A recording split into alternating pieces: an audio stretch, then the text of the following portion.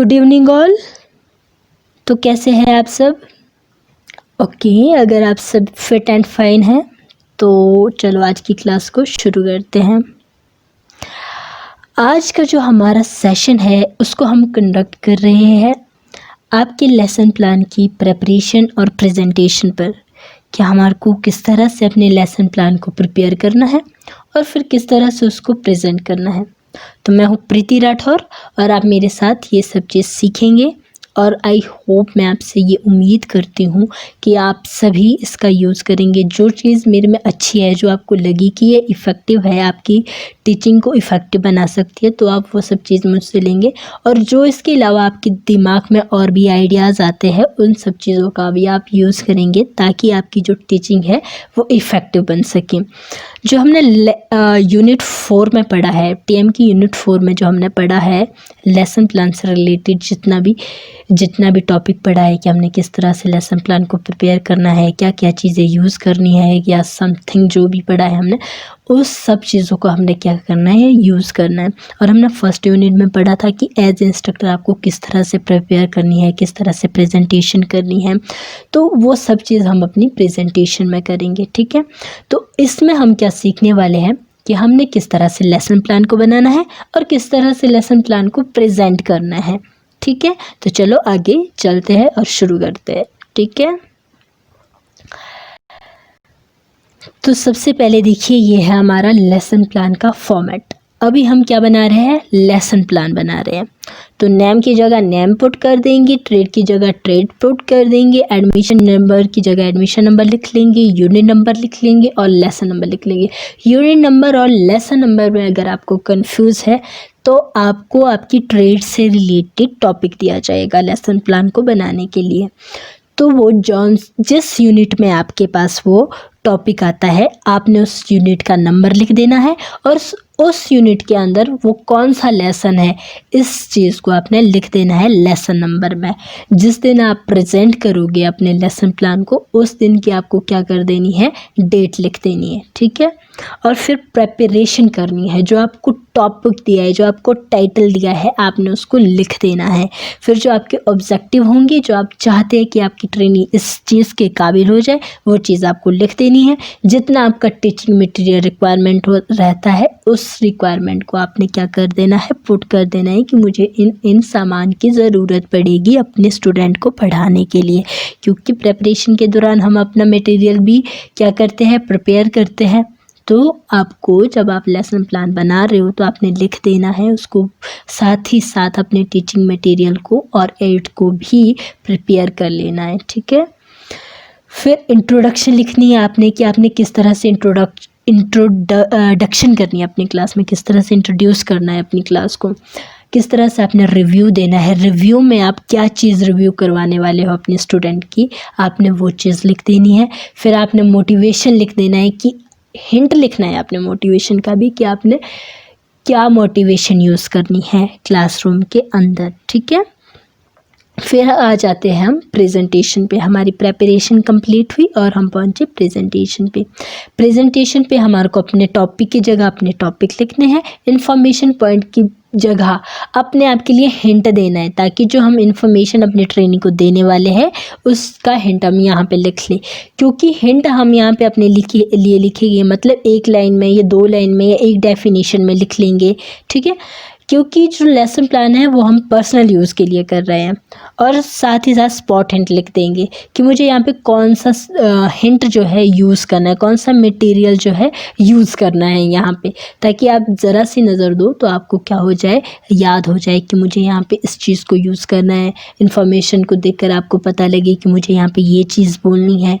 तो जब आपने खुद अपना लेसन प्लान प्रिपेयर किया होगा तो आपके लिए हिंट ही चाहिए, फिर आप हर चीज़ को खुद कर सकते हो मेंटेन, ठीक है।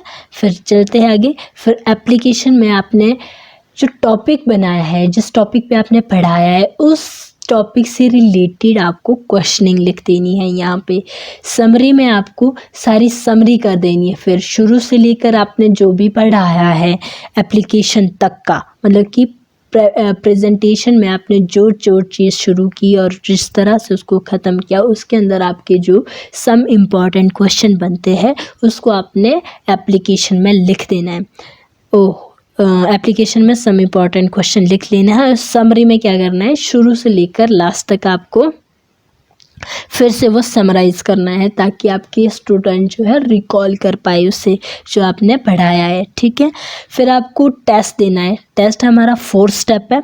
तो 4 स्टेप में आपको असाइनमेंट देनी होती है अपनी ट्रेनिंग के लिए। तो आपने कोई क्वेश्चन दे देना है जो आपने पढ़ाया है उससे रिलेटेड। ठीक है, फिर आपने नेक्स्ट लेसन के बारे में बात करनी है कि आपका नेक्स्ट लेसन कौन सा है।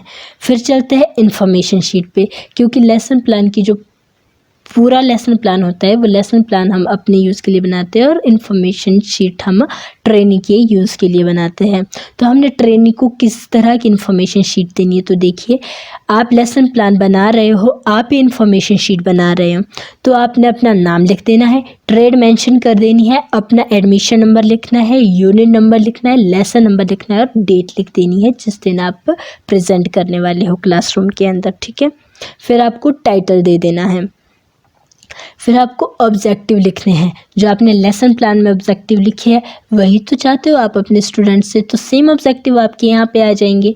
फिर जो आप पढ़ाने जा रहे हो सेम वही चीज़ आ जाएगी टॉपिक में, और इन्फॉर्मेशन शीट में क्या हो जाएगा, वो चीज़ डिटेल में आ जाएगी, वो कम नहीं रहेगी, क्योंकि वहाँ तो आपने अपने हिंट के लिए लिखनी है, बट यहाँ पे आपको डिटेल में लिखनी है। ठीक है, फिर नेक्स्ट है इन्फॉर्मेशन पॉइंट का ही पेज है। फिर नेक्स्ट है हमारा क्वेश्चनिंग का। थर्ड स्टेप कौन सी हमारी, क्वेश्चनिंग की है। तो क्वेश्चनिंग में जो लेसन प्लान में हम क्वेश्चन पूछने वाले हैं वही क्वेश्चन यहाँ पे आ जाएंगे, वही क्वेश्चन हमारे को अपनी ट्रेनिंग से पुट करने हैं, वही क्वेश्चन हमारे को अपनी ट्रेनिंग को इवेल्युएट करने के लिए देने हैं। फिर रेफरेंस बुक्स लिख देनी है कि आपने जो टॉपिक पढ़ाया है उसका जो आपने मटेरियल लिया है वो आपने कहाँ से लिया है, इस चीज़ को आपने रेफरेंस में दे देना है। फिर जो आपने लेसन कंप्लीट कर दिया है उसके बाद आप नेक्स्ट कौन सा लेसन शुरू करने वाले हो वो आपने नेक्स्ट लेसन में लिख देना है। ठीक है, फिर जो इन्फॉर्मेशन शीट है क्लास के बाद अपने ट्रेनिंग को दे देनी है। ठीक है, अब बात करते हैं हम लेसन टॉपिक की, क्योंकि मैंने आपको बताया कि मैं अपनी ट्रेड से रिलेटेड टॉपिक लूँगी और उस पर लेसन प्लान बनाऊँगी और उसको बताऊँगी हमने इसको किस तरह से प्रेजेंट करना है। तो मेरे पास टॉपिक दिया है hydrology, base period, duty, delta and intensity of irrigation. जो मेरा ये टॉपिक है, इस टॉपिक की सबसे बड़ी खासियत तो मेरे पास ये है, अगर मुझे सिर्फ और सिर्फ हाइड्रोलॉजी दिया होता तो मैं 40 या 45 मिनट की क्लास हाइड्रोलॉजी पर अच्छे से ले सकती थी। बट मेरे पास क्या बोला है, एक तो मुझे हाइड्रोलॉजी के बारे में भी बताना है, साथ में base period, duty, delta, intensity of irrigation को भी बताना है। मतलब जो मेरे पास बेस पीरियड, ड्यूटी, डेल्टा है ये क्या है, टेक्निकल टर्म है, और जो इंटेंसिटी ऑफ इरिगेशन है इसको समझाने के लिए मुझे एक तो और चीज़ को भी क्या करना पड़ेगा, अडॉप्ट करना पड़ेगा। तो मैं किस तरह से अडॉप्ट करती हूँ मैं वो चीज़ आपके पास बताऊँगी। आप सभी अपने टॉपिक को बहुत अच्छे से अरेंज कर सकते हो, क्योंकि आप सभी अपने ट्रेड में एक्सपर्ट हैं। आपको जैसे मर्जी टॉपिक दे दिया जाए आप भी उसको अच्छे से अरेंज कर सकते हो। तो अगर आपके पास भी कुछ ऐसा कंफ्यूजिंग सा टॉपिक दिया है आपको, तो आपने कंफ्यूज नहीं होना है, बल्कि उसको अच्छे से प्रिपेयर करना है, उसको पहले अंडरस्टैंड करना है कि मैं इसको किस तरह से बनाऊँ, किस तरह से प्रिपेयर करूँ। ठीक है, तो चलते हैं नेक्स्ट पे।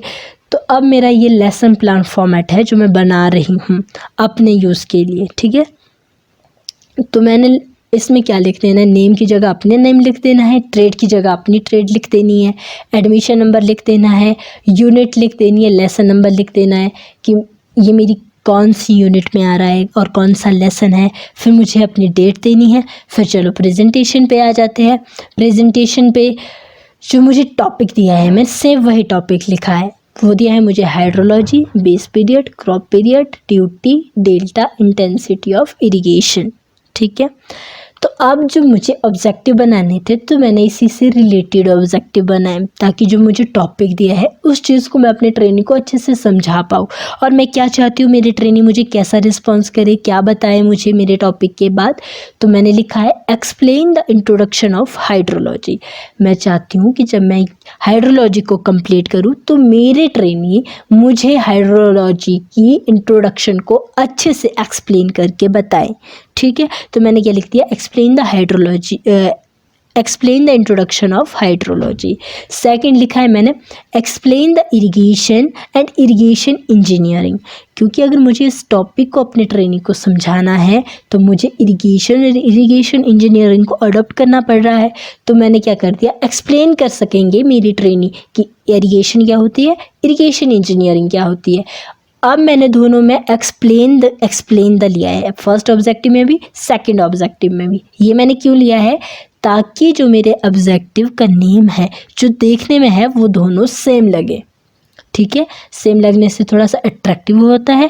और हमें कहा गया था कि हमारे जो ऑब्जेक्टिव जो हम लिखते हैं उसके पहले दो या तीन ऑब्जेक्टिव का आप सेम लिखिए, सेम वर्ड यूज़ करें। ठीक है, तो थर्ड में लिखा है मैंने know the base period, crop period, duty and delta. मेरे ट्रेनी बेस पीरियड को, क्रॉप पीरियड को, ड्यूटी और डेल्टा को जान पाएंगे। फोर्थ लिखा है मैंने understand gross command area, culturable command area and intensity of irrigation.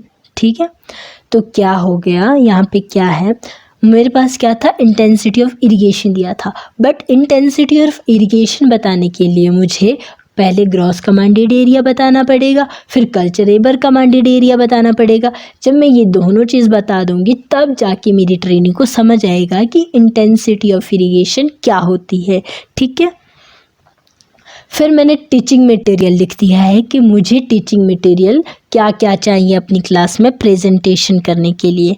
तो मुझे चाहिए प्रोजेक्टर, पॉइंटर, स्टिक, मुझे यहाँ पे चार्ट भी चाहिए और वाइट बोर्ड भी चाहिए, मार्कर भी चाहिए, डस्टर भी चाहिए। बट यहाँ पे मैं क्या कर रही हूँ, सिर्फ और सिर्फ पीपीटी के थ्रू आपको बता रही हूँ। तो मुझे क्या करना है, इसमें सिर्फ और सिर्फ पीपीटी का ही यूज़ करूँगी मैं। बट आप जब क्लासरूम में प्रेजेंट कर रहे होगे तो आपको और भी टीचिंग मटेरियल चाहिए। तो जितने भी टीचिंग मटेरियल चाहिए वो सब हमने इसके अंदर लिख देने हैं। फिर मैंने इंट्रोडक्शन देनी है, फिर मैंने रिव्यू करना है अपनी ट्रेनिंग को, फिर मुझे मोटिवेशन देना है। अब इन सब चीज़ों का यूज़ मैं कैसे करती हूँ, मैंने अपने टॉपिक से रिलेटेड तो ये लिख दी है कि मैं रिव्यू वाटर का दे दूँगी, फिर यूज़ ऑफ वाटर बता दूँगी, फिर मोटिवेशन मैं एक इंजीनियर की तरह बोलूँगी। तो ज़रा मैं इसको अपने प्रेजेंटेशन में किस तरह से प्रेजेंट करती हूँ, किस तरह से मैं अपने जो है रिव्यू को यूज़ करती हूँ, अपनी इंट्रोडक्शन को किस तरह से मैं स्टार्ट करती हूँ, फिर किस तरह से मोटिवेशन पे पहुँचती हूँ। तो ये चीज़ आपने देखनी है आज, सीखनी है आज। ठीक है, तो ये क्या है, मेरी प्रेजेंटेशन पे पहुंची। प्रेजेंटेशन पे मैंने टॉपिक की जगह अपने टॉपिक को लिख दिया। यहाँ पे देखो हाइड्रोलॉजी लिख दी है, फिर इरिगेशन लिख दिया है, फिर बेस पीरियड के बारे में बता दिया है, और साथ में क्या कर दिया है, हाइड्रोलॉजी के आगे लिख दिया है इन्फॉर्मेशन पॉइंट में कि मुझे अपने ट्रेनिंग को इसके बारे में क्या बताना है। फिर स्पॉट हिंट मुझे क्या यूज़ करना है उसको मैंने यहाँ पे लिख दिया है। फिर इरिगेशन के अंदर मुझे क्या क्या चीज़ बतानी है, जैसे इरिगेशन इंजीनियरिंग बतानी है, फिर इरिगेशन बतानी है, टाइप ऑफ इरिगेशन बतानी है, जो भी मुझे बतानी है वो मैंने क्या कर दिया है, सीक्वेंस में लिख दी है, बिल्कुल सीक्वेंस में लिख दी है। जिस तरह से मुझे बतानी है उसी तरह से मैंने लिख दी है। ठीक है, इरिगेशन के अंदर मतलब कि इन्फॉर्मेशन पॉइंट है मेरा कि फिर मुझे ये यहाँ बताना है, फिर मुझे ये बताना है, फिर मुझे इस तरह से आगे बढ़ना है। फिर साथ में लिख दिया है कि कहाँ पे मुझे पॉइंटर का यूज़ करना होगा, कहाँ पे मेरे को फ्लो चार्ट यूज़ करना होगा। ये सब चीज़ क्या कर दी है, मैंने लिख दी है ताकि मैं अपने स्पॉट हिंट का भी यूज़ कर सकूँ। फिर मैंने थर्ड ऑब्जेक्टिव को लिख दिया, सेम मैंने हिंट के लिए लिख दिया, और जो मुझे टीचिंग मटेरियल यूज़ करना था उसके बारे में लिख दिया है मैंने। तो आपको भी सेम ऐसा ही करना है। जो आपका टॉपिक होगा अपने टॉपिक की जगह टॉपिक को लिखना है, उससे रिलेटेड जो इन्फॉर्मेशन पॉइंट है, क्योंकि लेसन प्लान आप अपने यूज़ के लिए बना रहे हो तो आपने इसको क्यों बनाया है? हिंट के लिए बनाया है। तो जितने से आपको हिंट मिल जाएगा कि आप इतना सा देखने के बाद, इतना सा थोड़ा सा पढ़ने के बाद आप अपने ट्रेनिंग को फुल एक्सप्लेनेशन दे सकते हो, उतना सा आपने इन्फॉर्मेशन पॉइंट के अंदर लिख देना है, ठीक है। फिर जो आप टीचिंग मटेरियल यूज़ करने वाले हो उसको आपने स्पॉट हिंट पे लिख लेना है। तो ठीक है, ये मैंने क्या कर दिया, आपने 4 ऑब्जेक्टिव लिख दिए जो मैं अपनी क्लास में बताने वाली हूँ, सबको मैंने लिख दिया। तो अब चलते हैं एप्लीकेशन पे। एप्लीकेशन में मैंने इससे रिलेटेड क्या बना दिए, क्वेश्चन बना दिए जो इम्पॉर्टेंट है, जो मैं चाहती हूँ कि मेरी ट्रेनिंग को ये समझ आ जाए, ठीक है, जो एग्जामिनेशन पॉइंट ऑफ व्यू से भी क्या है, इम्पॉर्टेंट है। और मैं अपनी ट्रेनिंग को इवेल्युएट करने के लिए एप्लीकेशन का यूज़ करती हूँ। ये हमारा थर्ड पॉइंट क्लियर हो गया। फिर मैं समरी कर दूँगी, जब मैं क्वेश्चनिंग पूछ लूँगी उसके बाद मैं समरी कर दूँगी हर चीज़ की। फिर फोर्थ में पहुँच जाएगी हम टेस्ट में। टेस्ट लेते हैं हम इवेल्युएशन के लिए, अपनी ट्रेनिंग की इवेल्युएशन के लिए। तो एज ए असाइनमेंट मैं अपने ट्रेनिंग को क्या दूंगी, 2 असाइनमेंट बनाने के लिए दे दूंगी कि जो मैंने टॉपिक पढ़ाया है उससे रिलेटेड आपको इसकी असाइनमेंट बनानी है, या फिर मैं इससे रिलेटेड अपने ट्रेनिंग का टेस्ट ले लूँगी ताकि मैं अच्छे से इवेलुएट कर सकूँ अपनी ट्रेनिंग को, ठीक है। फिर मैं नेक्स्ट लेसन के बारे में बता दूंगी कि मेरा इस लेसन के बाद नेक्स्ट लेसन कौन सा आने वाला है, ठीक है। तो आपको इन्फॉर्मेशन शीट पे अब हम पहुंचते हैं। इन्फॉर्मेशन शीट आपने ट्रेनिंग के लिए बनाई, सेम एज इट इज़ जैसे आपने लेसन प्लान का फॉर्मेट बनाया था वैसे ही आप इन्फॉर्मेशन शीट का पॉइंट बना रहे हो। फिर जो आपके पास ये हाइड्रोलॉजी है, वहाँ पे आपने टॉपिक में हाइड्रोलॉजी लिखी थी और इन्फॉर्मेशन पॉइंट में सिर्फ हिंट के लिए लिखा था। बट यहाँ पे क्या करना है, ये इन्फॉर्मेशन शीट आप ट्रेनिंग के लिए बना रहे हो, बनाई आपने बट ट्रेनिंग के लिए बनाई है, तो आपको क्या करना है, आपने तो ज़रा सा बता दी, ज़रा सी डेफिनेशन बता दी, फिर आपने उसको समझा दिया। बट ट्रेनिंग के लिए, टीचिंग मटेरियल के लिए आपको दे देनी है, फुल एक्सप्लेनेशन दे देनी है हाइड्रोलॉजी की, ठीक है। फिर नेक्स्ट था, फिर आपने बताना है कि किस तरह से वाटर साइकिल है, तो आपको अपने ट्रेनिंग को भी तो बताना है। तो आपने क्या करना है, हर चीज़ को बना देना है। फिर जितनी भी आपके पास फुल थ्योरी है जो आप पढ़ाने वाले, वो सब आपने क्या कर देनी है, डाल देनी है। जितने भी आपके पास ऑब्जेक्टिव थे उन सब चीज़ों के बारे में आपने अपनी ट्रेनिंग को बता देना है। तो जो जितने भी ये आपको पेज दिखाई दे रहे हैं ये इन्फॉर्मेशन शीट के पेज है।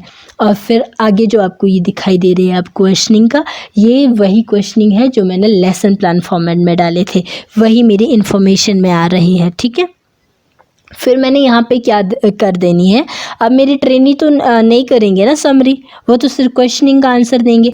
तो मुझे यहाँ पे सिर्फ क्या कर देनी है, मैंने क्वेश्चनिंग के बाद वहाँ पे क्या की थी, समरी करी थी। समरी के बाद मैंने क्या किया था, टेस्ट लिया था। अब मेरी ट्रेनी ने मेरा टेस्ट तो लेना नहीं है, तो मैंने उनको इवेल्युएशन करने के लिए उनको क्वेश्चन दे दिए। क्वेश्चनिंग के बाद मैंने उनको रेफरेंस दे दिया अपनी बुक का कि कौन सी बुक है, और असाइनमेंट शीट मैंने उनको पहले ही दे देनी है। असाइनमेंट शीट में अलग से बनाऊंगी और उन्हें दे दूंगी कि अब आपने ये असाइनमेंट मुझे बना के तैयार करके दे देनी है। फिर मैं नेक्स्ट लेसन के बारे में अपनी ट्रेनिंग को बताऊंगी कि आपका नेक्स्ट लेसन क्या है, ठीक है, ताकि मेरा ट्रेनिंग जो है नेक्स्ट लेसन के लिए क्या हो जाए, प्रिपेयर हो जाए।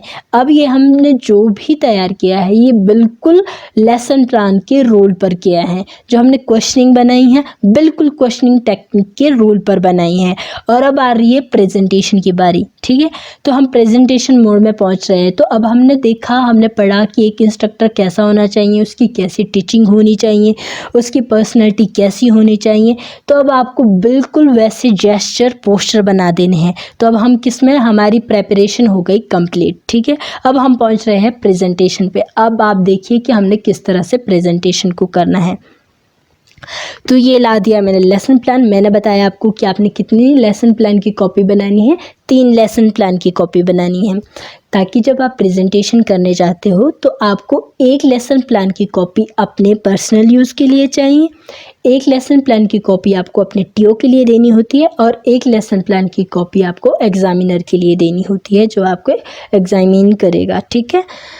तो अब आपने क्या करना है, आप स्टेज पे आ रहे हो, ठीक है। स्टेज पे आप ये सोचिए, आप इस तरह से प्रिपरेशन करें अपनी कि आप जो लेसन प्लान प्रेजेंट कर रहे हो वो किसके सामने कर रहे हो, क्लासरूम में कर रहे हो। आपको इतनी अच्छी क्या करनी है, अपनी प्रेपरेशन करनी है, ठीक है। अभी से लेकर आप प्रेपरेशन करोगे तो बाद में आप बहुत अच्छी प्रेजेंटेशन करोगे।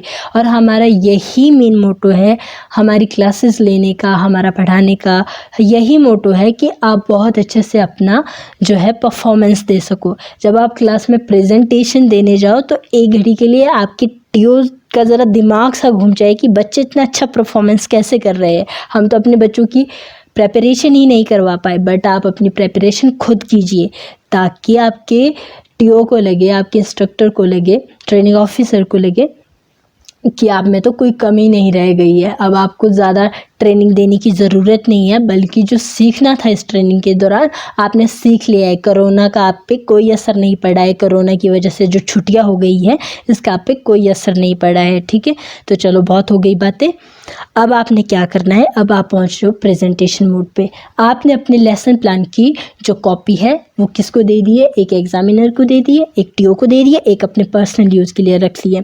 और जितना भी आपके पास टीचिंग मटेरियल था जो आपने लिख दिया है पहले प्रेपरेशन के दौरान, उन सब टीचिंग मटेरियल को आपने साथ में लेके आना है। उसको रूम पे ही नहीं छोड़ाना है, उसको साथ में लेके आना है और सारा का सारा टीचिंग मटेरियल अरेंज करके आपको अपने टेबल पे सजा देना है, ठीक है। अच्छे से रख देना है। जो टीचिंग मटेरियल आपको पहले यूज़ में आएगा उसको आपने सामने रखना है, जो बाद में यूज़ आएगा उसको पीछे रखना है।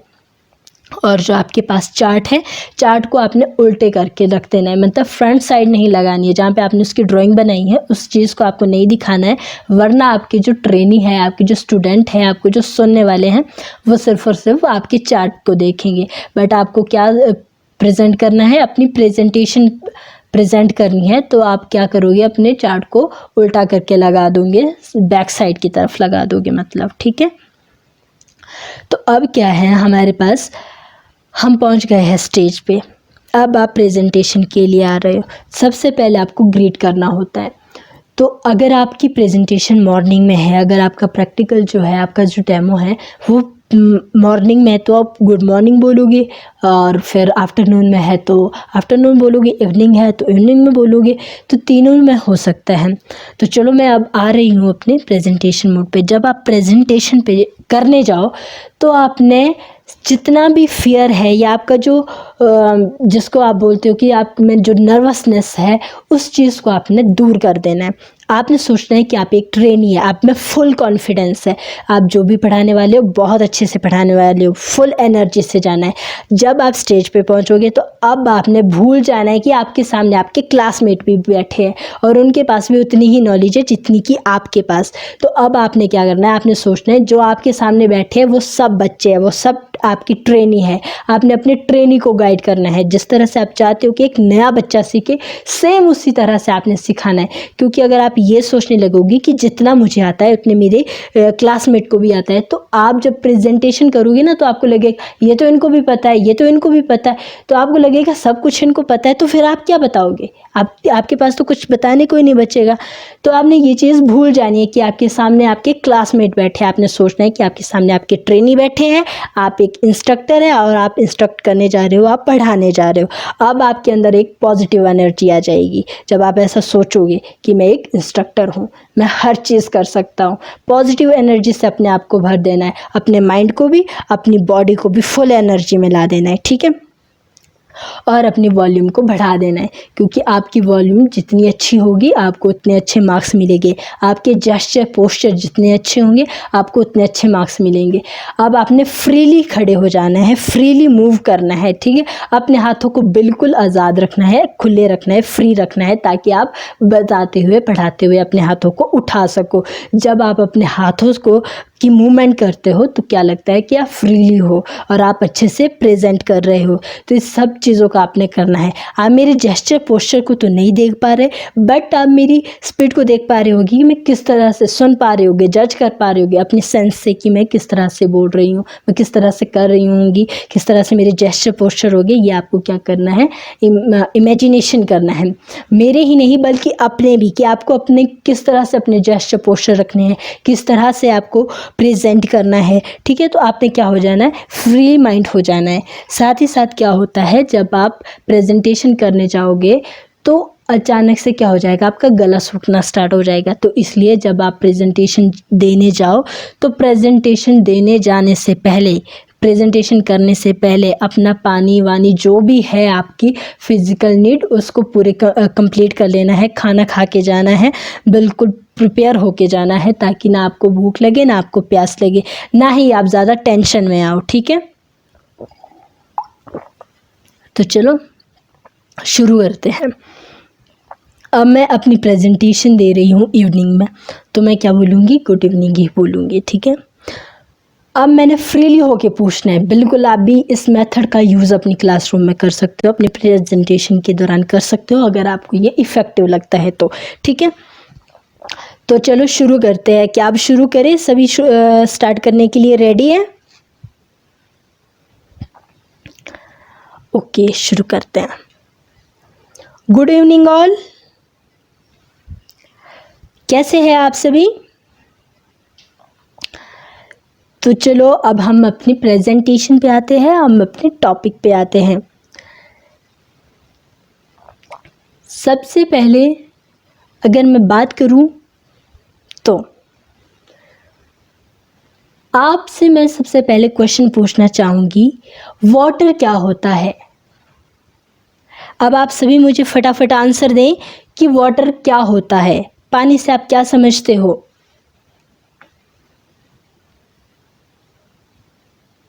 ओके, तो जल ही जीवन है, पानी के बिना कुछ भी संभव नहीं है।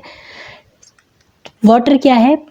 एक नेचुरल रिसोर्स है जो नेचुरली तरीके से हमारे को मिला है। वाटर, अब आप सोच रहे होंगे मतलब जिसमें क्या है, 2 हाइड्रोजन है और 1 ऑक्सीजन है, वो क्या है, आपका वाटर है। हम वाटर उसी को बोलते हैं। हमने आज तक यही पढ़ा है कि वाटर किससे मिलकर बना होता है, 2 हाइड्रोजन और 1 ऑक्सीजन से मिलकर बना होता है, जिसको हम बोलते हैं H2O। ठीक है, अब हम बात करते हैं आप अपने वाटर का यूज़ कहाँ कहाँ पे करते हो। अब आप सो के उठते हो तो सबसे पहले पानी पीते हो, ब्रश करते हो, साफ़ सफाई करते हो, खाना बनाते हो, मतलब सुबह से लेकर शाम तक आप पानी का यूज़ करते हो। ठीक है, तो ये पानी आता कहाँ से है, कैसा होता है, क्या करते हैं हम इस पानी से, तो हमने क्या करना है, सोचो इसके बारे में। अब हमने वाटर का किस तरह से यूज़ करना है, पानी हमारे लिए क्या करता है। आप सबको पता है कि पानी क्या है, पीने का एक साधन है, हम पानी को पीते हैं, हम पानी से बहुत सारे काम करते हैं। तो अब आपने क्या करना है, एज ए इंजीनियरिंग सोचना है आपने कि पानी क्या होता है, होता क्या है पानी। तो अभी तक आप स्टूडेंट की तरह सोच रहे थे कि H2O हमारा वाटर है, जिसमें 2 हाइड्रोजन है, 1 ऑक्सीजन है, इससे मिलकर क्या बना है, हमारा पानी बना है, वाटर बना है, हाइड्रो बना है। ठीक है, पानी बना है हमारा, मतलब हाइड्रोजन बना है। ठीक है, तो अब आप क्या कर रहे हो, एज ए सिविल इंजीनियर सोचोगे कि ये वाटर होता क्या है। आप एक इंजीनियरिंग नाम इसके लिए दोगे, तो आप इसके लिए क्या नाम दोगे, हाइड्रो। हाइड्रो, तो मेरा टॉपिक आज का क्या है, हाइड्रोलॉजी। अब मैं क्या करूँगी, हाइड्रोलॉजी मेरा टॉपिक निकल गया है, मोटिवेशन के अंदर से मेरा टॉपिक निकला है हाइड्रोलॉजी। अब मैं हाइड्रोलॉजी को अपने वाइट बोर्ड पर लिख दूँगी, कितने में, 50 से 60 mm की साइज़ में मैं अपनी हाइड्रोलॉजी को लिख दूँगी। लिखते वक्त मैं, अगर मैं राइट हैंडेड हो तो मैं वाइट बोर्ड के लेफ़्ट साइड में होंगी, और अगर मैं लेफ़्ट हैंडेड हो तो मैं राइट साइड में होंगी। ठीक है, मतलब कि जिस तरफ से आपको लिखने में सुटेबल फील होता है आप उस तरफ को स्टैंड करोगे, खड़े होगे, और लिखते बारी आपका जो मार्कर है उसका जो कोण है वो कितने में रहेगा, 45 डिग्री में रहेगा, ताकि आप सही से लिख सको। ठीक है, अब मैंने हाइड्रोलॉजी लिख ली है, तो मैं हाइड्रोलॉजी को डिफाइन करने वाली हूँ। ठीक है, हाइड्रोलॉजी क्या होती है, जब आप प्रेजेंट करने जाओगे तो आपको हाइड्रोलॉजी की डेफिनेशन दे देनी है। अगर आपको डेफिनेशन लर्न नहीं हुई है इंग्लिश में तो आप हिंदी में ही प्रेजेंट करिए, आप जैसे है आप वैसे ही प्रेजेंट करिए, ताकि आप बहुत अच्छे से अपनी प्रेजेंटेशन को दे सके। ठीक है, तो मैं दोनों चीज़ इसमें डिस्कस करूँगी, एक तो प्रेजेंटेशन और प्रेजेंटेशन कैसे करनी है, दोनों चीज़ें मैं आपको बता रही हूँ। तो मैं चाहती हूँ कि आप इस चीज़ का यूज़ करें। मोटिवेशन से मेरा टॉपिक निकला हाइड्रोलॉजी, तो मैंने हाइड्रोलॉजी को लिख दिया है। अब ऐसा आपने इमेजिनेशन करनी है, ठीक है। तो अब मैंने देनी है definition. Hydrology is the scientifical study of the earth water, specifically its movement is related to land. मैं इसको 2 बार बोलूँगी, और जब मैं इसको वर्बली बोल रही हूँ तो मैं इसको 2 बार बोलूँगी, बट अगर मैं इसको प्रेजेंट कर रही होती, अपने वाइट बोर्ड पे होती, तो मैं इस डेफिनेशन को अपने वाइट बोर्ड पर लिख देती, ठीक है। तो मैं इसको 2-3 बार पढ़ूँगी, आप भी मेरे साथ इसको लर्न करने की कोशिश कीजिएगा। Hydrology is the scientifical study of earth water, specifically its movement is related to land. मतलब हाइड्रोलॉजी को बोलते हैं हम जल विज्ञान। क्या बोलते हैं? जल विज्ञान। Very good. तो जल विज्ञान विज्ञान के अंतर्गत आता है, जिसमें हम धरती से रिलेटेड जितनी भी क्रियाशीलता होती है, जितनी भी आपकी मूवमेंट होती है, आपकी लैंड से रिलेटेड जितनी भी, जो लैंड है ना, आपकी लैंड पे जितना आपका वाटर है ना, उसकी जो मूवमेंट होती है, उस चीज़ की हम जो स्टडी करते हैं वो किस में करते हैं? हाइड्रोलॉजी के अंतर्गत करते हैं। तो अगर मैं आपको सिंपल शब्दों में बताऊं कि हाइड्रोलॉजी क्या होती है, तो हाइड्रोलॉजी को हम बोलते हैं जल विज्ञान। क्या बोलते हैं? जल विज्ञान। हाइड्रोलॉजी साइंस की ऐसी ब्रांच है, साइंस के अंडर आती है, ठीक है। साइंटिस्ट में इसको पढ़ते हैं, मतलब कि स्टडी किया जाता है। तो इसमें हम क्या स्टडी करते हैं? इसमें हम स्टडी करते हैं कि हमारी धरती के नीचे, बिलो द अर्थ, धरती के ऊपर, बिलो अर्थ सरफेस, अर्थ के टॉप अगर बात करें तो हमारा एटमॉस्फेयर, इसमें जो हमारे पास वाटर अवेलेबल है उसकी हम बात करते हैं, उसके बारे में हम पढ़ते हैं कि हमारा धरती के नीचे, धरती पर, धरती के ऊपर वाटर सर्कुलेशन और डिस्ट्रीब्यूशन सिस्टम किस तरह का है। तो उस चीज़ की हम जो स्टडी करते हैं वो किस में आता है? हमारा हाइड्रोलॉजी में आता है। मतलब हमारे को ये जल कहाँ से मिलता है, कैसे मिलता है, किस फॉर्म में मिलता है, जो इस चीज़ की हम बात करते हैं वो हमारा हाइड्रोलॉजी के अंदर आता है। किसके अंदर आता है? हाइड्रोलॉजी के अंदर आता है। तो अगर हम बात करें किसकी? सरफेस ऑफ अर्थ की, तो सरफेस ऑफ अर्थ में हमारे पास वाटर किस तरह से अवेलेबल है, कहाँ कहाँ पे अवेलेबल है? तो वाटर कहाँ कहाँ पे है हमारे पास? धरती की सतह में कहाँ कहाँ पे है? आपकी नदियों में, लेक्स में, पॉन्ड में, सी में हमारे पास क्या है? वाटर अवेलेबल है, सरफेस पर वाटर अवेलेबल है। अगर अब बात करते हैं आप अपने बिलो द अर्थ की, तो बिलो द अर्थ में आपके पास पानी कहाँ अवेलेबल है? ग्राउंड सरफेस में। कहाँ पे पानी अवेलेबल है? ग्राउंड सरफेस में। और अगर आप बात करते हो धरती के टॉप की, मतलब कि धरती के ऊपरली बात की, तो किस में आता है? ये हमारा वायुमंडल में आता है। वायुमंडल की अगर हम बात करें तो इसको क्या बोलेंगे हम? एटमॉस्फेयर बोलेंगे। तो एटमॉस्फेयर में हमारे पास वाटर कहाँ पे अवेलेबल रहता है? एटमॉस्फेयर में हमारे पास वाटर वेपर के रूप में रहता है। अब हमने क्या जाना कि हमारे पास सरफेस में वाटर रहता है, नदियों में, नालों में, लेक में, पॉन्ड में, सी में, और धरती के नीचे रहता है ग्राउंड वाटर के रूप में, और धरती के ऊपर एटमॉस्फेयर में रहता है वाटर वेपर के रूप में, वाष्प के रूप में हमारा वाटर रहता है, ठीक है। तो ज़रा इसको समझने की कोशिश करते हैं हम कि आखिर किस तरह से। देखो ये हमारा क्या है? एक वाटर साइकिल है। हाइड्रोलॉजी साइकिल का दूसरा नाम क्या है? द वाटर साइकिल है। क्या है? वाटर साइकिल है। इसको आपने याद रखना है, ये कई बार एग्जामिनेशन में पूछा जाता है कि हाइड्रोलॉजी साइकिल का दूसरा नाम क्या है? वाटर साइकिल है। तो अब आपने बड़े ध्यान से देखना है, यहाँ पे आपके पास पहले से ही सरफेस पे क्या है? वाटर अवेलेबल है, वाटर अवेलेबल है। अब वो इवेपोरेशन हो रही है, वाटर की क्या हो रही है? इवेपोरेशन हो रही है, फिर कंसंट्रेशन हो रही है, मतलब बादल के रूप में आपका पानी बन रहा है, फिर आपकी प्रिसिपिटेशन हो रही है, मतलब अब लिक्विड फॉर्म में आपका फिर से पानी आना स्टार्ट हो रहा है और फिर से आपकी बारिश हो रही है और इस तरह से आपको क्या मिल रहा है, पीने के लिए पानी मिल रहा है।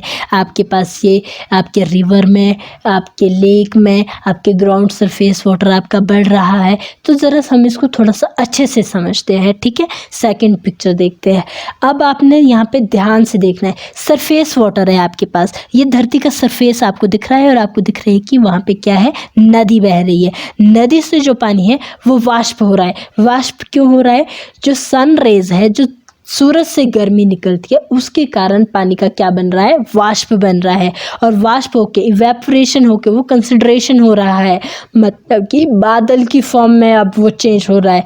बादल की फॉर्म में चेंज होने के बाद कुछ टाइम वो प्रिसिपिटेशन हो जाएगा, फिर क्या हो जाएगा, रन ऑफ हो जाएगा, बारिश आ जाएगी, फिर से हमारा पानी क्या हो गया, धरती पे आ गया।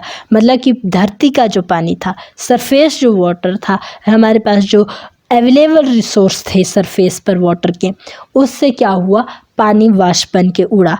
वाष्प बन के उड़ा और हमारे एटमॉस्फेयर में पहुंचा। एटमॉस्फेयर में पहुंचा वो वाष्प बन के, और वहाँ पे क्या बन गई, एक गैशियस फॉर्म बन गई। वहाँ पे गैशियस फॉर्म में क्या बन रहा है, हमारे पास एक बादल बन रहा है, जो आपको दिखाई देते हैं ना, वाइट वाइट क्लाउड। तो क्लाउड में क्या हो गया, जैसे ही इसमें मॉइस्चर की ज़्यादा तादाद बढ़ जाएगी तो क्या हो जाएगी, जैसी मॉइस्चर ज़्यादा हो जाएगा हमारे बादलों में तो बारिश होनी स्टार्ट हो जाएगी, और बारिश के रूप में फिर से हमारा पानी हमारे पास वापस पहुंच जाएगा, धरती पे पहुंच जाएगा। तो ये वाटर साइकिल क्या होता है, चलता रहता है, चलता रहता है। अब आप देख रहे हो कि यहाँ पे सरफेस वाटर था आपके पास और यहाँ पे ग्राउंड वाटर था। जो ग्राउंड वाटर है, जब बारिश होती है, जब अच्छी बारिश होती है तो हमारा ग्राउंड वाटर क्या हो जाता है, बढ़ जाता है। जैसे आजकल बरसातें शुरू हो गई है तो हमारा जो ग्राउंड वाटर लेवल है वो क्या हो गया है, थोड़ा सा बढ़ गया है। आपने देखा हो गया हमारी ज़मीनें अब थोड़ा सा पानी उगलने लगी है, ठीक है। तो ये क्या हो गया, हमारा एक वाटर साइकिल हो गया। वाटर साइकिल क्या होता है, हमारा हाइड्रोलॉजी साइकिल। तो अगर हम बात करें हाइड्रोलॉजी की तो क्या होता है, हाइड्रोलॉजी में हम इरिगेशन सिस्टम की बात करते हैं, इरिगेशन वर्क की बात करते हैं, इरिगेशन के लिए हम किस तरह के स्ट्रक्चर बनाते हैं, किस तरह को हम उनको मेंटेन करते हैं, हमने किस तरह से उनमें प्रोफेशनल होना है, किस तरह से प्रोफेशनलिज्म हमारे को हासिल करनी है। जो इस चीज़ के बारे में हम स्टडी करते हैं वो हमारी हाइड्रोलॉजी के अंदर आ जाती है। हाइड्रोलॉजी में ही हम जब साइंटिफिकल रूप से इसकी हम क्या करते हैं, स्टडी करते हैं। तो क्या होता है, हाइड्रोलॉजी में हम क्या करते हैं, हाइड्रोलॉजी से रिलेटेड जो रेन होती है ना, रेन मतलब कि बारिश, बारिश से रिलेटेड जो हमारे पास कारण होते हैं, जैसे रन ऑफ, हमारी बारिश कैसे हो रही है, किस तरह से हो रही है, कितनी क्वांटिटी में हो रही है, कितने mm में हो रही है, ठीक है। फिर हमारे पास वाटर का कितना लॉस हो रहा है, जो इस सब की स्टडी हम करते हैं वो किसके अंदर आती है, हाइड्रोलॉजी के अंदर आती है। किसके अंदर आती है, हमारी वो सारी स्टडी हाइड्रोलॉजी के अंदर आती है। अब हमने बात की अभी कि हम हाइड्रोलॉजी के अंदर किस चीज़ को पढ़ते हैं, हम इरिगेशन को पढ़ते हैं। अब मेरा सेकेंड ऑब्जेक्ट क्या है, इरिगेशन है। अब मैंने क्या कर देना है, वो डेफिनेशन अगर मेरे पास ब्लैक बोर्ड में कम स्पेस है तो हटा देनी है, मिटा देनी है, और सेकेंड क्या लिख देना है, इरिगेशन लिख देना है। जब इरिगेशन लिखना है तो मुझे क्या करना है, अब इरिगेशन के बारे में अपने ट्रेनिंग को बताना है। इरिगेशन से रिलेटेड अगर मुझे क्या है, उसकी डेफिनेशन याद है तो मैं क्या करूँगी, उसकी डेफिनेशन को बोलूँगी। अब अगर आपको याद नहीं है डेफिनेशन तो आप क्या करोगे, हिंदी में बोल दोगे और जो मेन पॉइंट है उस चीज़ को आप लिख दोगे वाइट बोर्ड पे, ठीक है। तो मैं क्या कर रही हूँ, यहाँ पे इरिगेशन से रिलेटेड अपनी डेफिनेशन को पढ़ रही हूँ। इसमें हमने किसकी बात करी थी अभी, इरिगेशन इंजीनियरिंग की। तो सबसे पहले हम इरिगेशन इंजीनियरिंग के बारे में बात कर लेते हैं कि इरिगेशन इंजीनियरिंग क्या होती है, ठीक है। तो इरिगेशन इंजीनियरिंग को पहले हम जान लेते हैं। अब मैं इस टीचिंग मटेरियल भी इसमें यूज़ करूँगी, जो मेरे पास टीचिंग मटेरियल होगा। अब मैं इरिगेशन इंजीनियरिंग के बारे में सबसे पहले बात करती हूँ। Irrigation engineering is a kind of civil engineering which include the study of controlling and harnessing the various natural source of water. It study the irrigation and agriculture depth. Flooding is the basic of agriculture and only way by which water is supplied to crops. अब देखो मैंने क्या कहा, irrigation engineer engineering is a kind of civil engineering.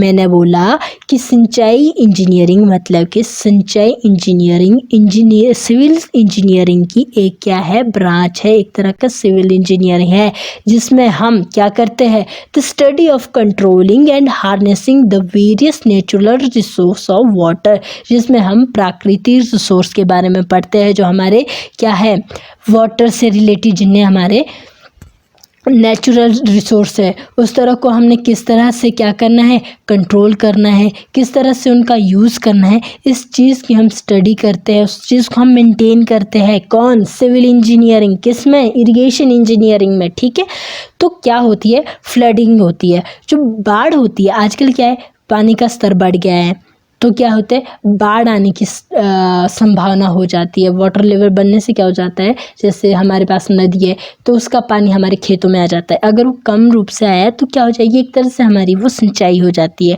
तो बाढ़ भी हमारा एक सिंचाई का एक तरीका होता है, जिससे हम अपने हमारी फसलों को कितनी पानी की ज़रूरत है उस चीज़ को हम पूरी करते हैं। तो एज ए इंजीनियरिंग हमारा क्या फ़र्ज़ बनता है, एज ए इंजीनियर हमारा फ़र्ज़ बनता है कि हम इसके अंदर ना केवल उस चीज़ की ही स्टडी करें कि हमने जल की स्टडी करनी है, या जल को हमने किस तरह से यूज़ करना है, वाटर को हमने किस तरह से यूज़ करना है, बल्कि इसके बारे में ही नहीं पढ़ना है, बल्कि इसके बारे में भी जानना है कि हमारे को किस तरह से वाटर मतलब कि इरिगेशन इंजीनियरिंग के लिए अपने स्ट्रक्चर को बनाना है, किस तरह से उसको डिज़ाइन करना है। उस चीज़ को क्या करेंगे हम, इरिगेशन इंजीनियरिंग के अंदर पढ़ेंगे। इंजीनियरिंग के अंदर क्या करेंगे, सीखेंगे। क्या सीखेंगे कि हमने किस तरह से अपने वाटर को कंट्रोल करना है, किस तरह से डिस्ट्रीब्यूट करना है, कौन कौन से स्ट्रक्चर बनाते हैं। तो जो ये सारे काम आते हैं वो किस में आते हैं, इरिगेशन इंजीनियरिंग के अंतर्गत आते हैं। ठीक है, तो इरिगेशन जो इंजीनियरिंग होती है ना आपकी, इसको हिंदी में बोलते हैं सिंचाई अभियांत्रिकी। क्या बोलते हैं, सिंचाई अभियांत्रिकी। तो क्या होता है, जो इरिगेशन इंजीनियरिंग होती है उसके अंदर हमने अपने रिवर को किस तरह से कंट्रोल करना है, रिवर के वाटर को किस तरह से कंट्रोल करना है, जो हमारे जलमग्न क्षेत्र होते हैं ना, जो वाटर लॉक्ड एरिया होता है, उसको किस तरह से उसका विकास करना है, उस वहाँ से किस तरह से अपने पानी को हटाना है, किस तरह से ड्रेनेज करना है अपने वाटर को, उस चीज़ को मतलब कि वाटर को हटाने के लिए हमारे को कौन से स्ट्रक्चर बनाने पड़ेंगे। जो वो स्ट्रक्चर बनाने हैं ना, जो उससे रिलेटेड वर्क है वो हमारे को करना होता है।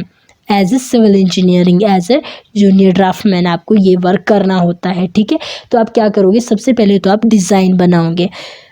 सबसे पहले आप स्टडी करोगे कि आपके पास वाटर जो फ्लो है वाटर का वो कितना है, कितना पानी आपके पास अवेलेबल है, कितने स्टोरेज के आपको स्ट्रक्चर बनाना है, उस चीज़ को आपने पहले स्टडी करा। फिर उसके बाद आपने उसका डिज़ाइन बनाया, उसका स्ट्रक्चर बनाया आपने। ठीक है, तो एज ए सिविल इंजीनियरिंग आपका क्या फ़र्ज़ बनता है, एज ए सिविल इंजीनियरिंग आपका फ़र्ज़ बनता है कि जिस एरिया में आप अपने इंजीनियरिंग हो, जिस फील्ड में आप वर्क कर रहे हो, जिस एरिया में आप सिविल इंजीनियर हो, वहाँ की फील्ड का, वहाँ की एरिया की जो नीड है, सिंचाई से रिलेटेड जो नीड है आपकी, उसको आप फुलफ़िल करें। उसके लिए आपको किस तरह के स्ट्रक्चर बनाने हैं, इस चीज़ की आपको पूरी जानकारी हो।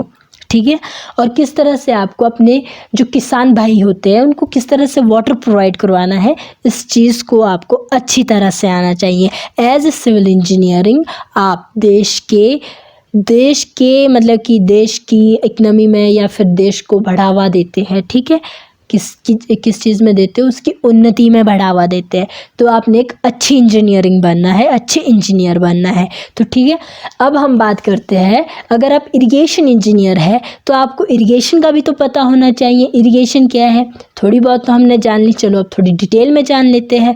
तो इरिगेशन क्या होता है, irrigation is the process of applying controlling amount of water the plant at needed intervals.